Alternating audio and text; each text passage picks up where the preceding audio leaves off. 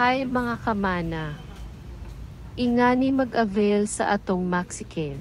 Pagsod nato sa entrance, naa sa right side ang digital registrar. Step 1, tap ang digital screen para magsugod.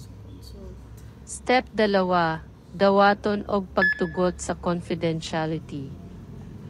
Step 3, tap imong card. Step 4, pilya ang consultation. Kinahanglang mabutang nimo imong number og active nga email address. Kay diha sila mag-send sa imo sa result. Step 5, lingkod og huwata imong ngalan matawag aron magsugod sa imong gusto ipabuhat. Kung di kini mo gana paminawa ang mag-assist kanato. Kung wala, diretso. Kuan diri na ma'am, diretso. Dire na lang ta diretso. Then pag diretso din. Kuan sa sila og height and weight, tapos dire vital signs. Tapos man, mamo po siya kung dire sa Ah, kung unsa ilang pa-check, pwede na rin yapon dire. Okay, kuan man to kuan ang mga Results. Pwede po result or katong RX ni doc, pwede ra. Diri man natuton nga duha ra man sila mo tong tama kisa. So, kung kompleto kami, mo dire ra gid station 1 and 2. Mao kini ang kinatibuokan sa MaxiCare. Diri ka mumusod para mag-register.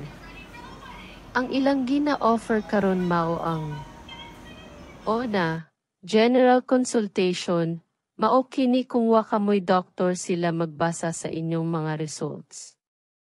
Ikaduha, pwede halos tanan test para sa dugo.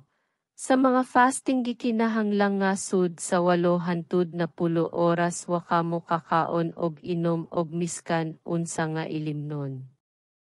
Ikatulo, sa cardio naa sila'y ECG og tud echo, pero kinahanglan magpa-reserve ka una niini.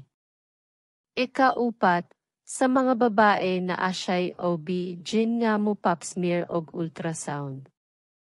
Ikalima, aduna pud ginagmay nga o para og check-up para sa mata, ilong og tilaok.